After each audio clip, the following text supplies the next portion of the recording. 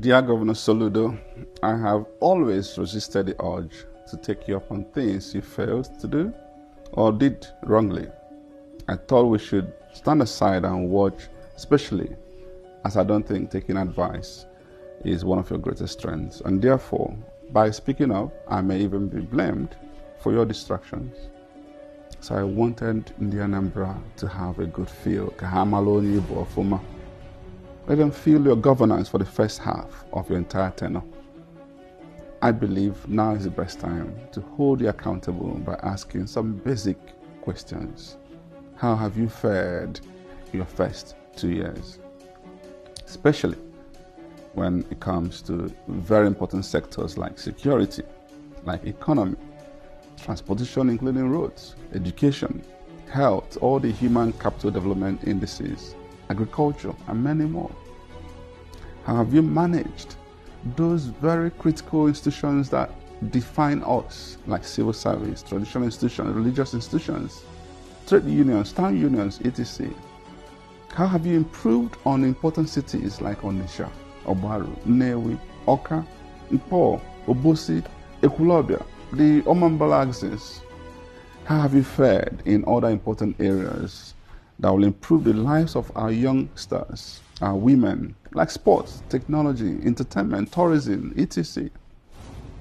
I'm certainly not impressed, and I believe I speak the mind of Ndi Anambra, especially after conducting polls across the 21 local governments. When it comes to security, this is the very primary role of government and most important need of Ndi Anambra. How do we end the killings, the kidnappings, the destruction of houses and palaces? In recent times, let me remind you, we witnessed this in Agwata, your home local government, in Orumba, in many parts of Ihiala, from Lilu to Mbosi to Osumoro to Iseke, in Nnewi South like Amici and Opo, Nnewi North, etc. Go to the Anambra North, Obaru, Onitsha, go to Central, Awka, and many more places, and therefore ask, where is safe in Anambra? Where can you, the governor, go without your litany of security aids? We must tell ourselves the truth, and this is not to lament about the problem. It's also to point you in the right direction. We don't discuss security obviously in the open, but we had situations like this in the past. The P2B solved it. How did he achieve it? How did he engage the traditional institutions and security agencies in solving these problems? Go to Abia and ask Alex Oti how kidnappings have almost ended there. Learn what you need to do as a state, the people you need to bring together to solve the problems.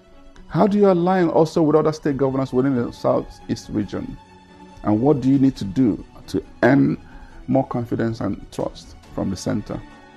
I don't want to say more than this for now.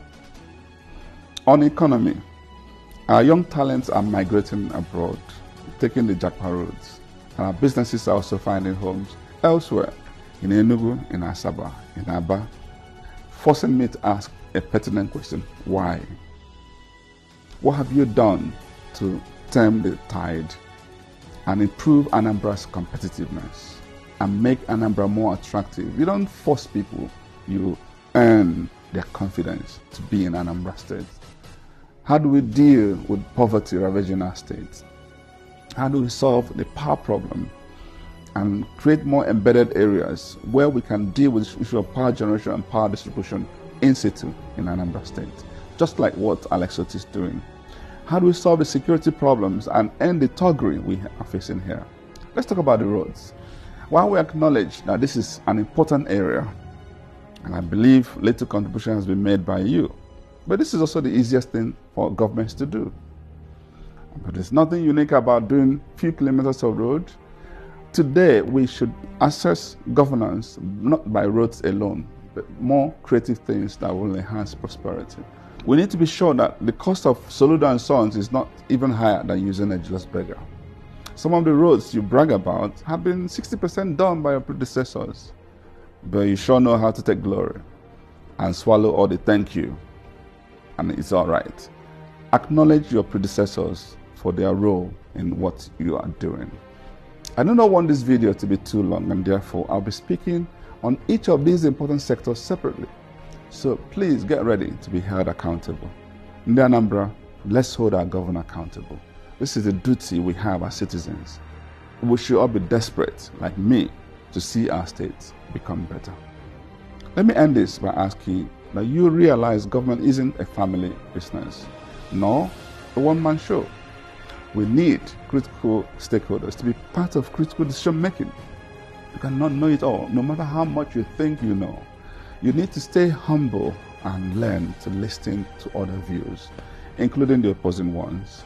This is how you can improve on your human relationships, which is key to governing Anambra well. If you continue like this, you dare not ask for second term. How much more deserve it? We don't reward failure, not in Anambra State. Thank you.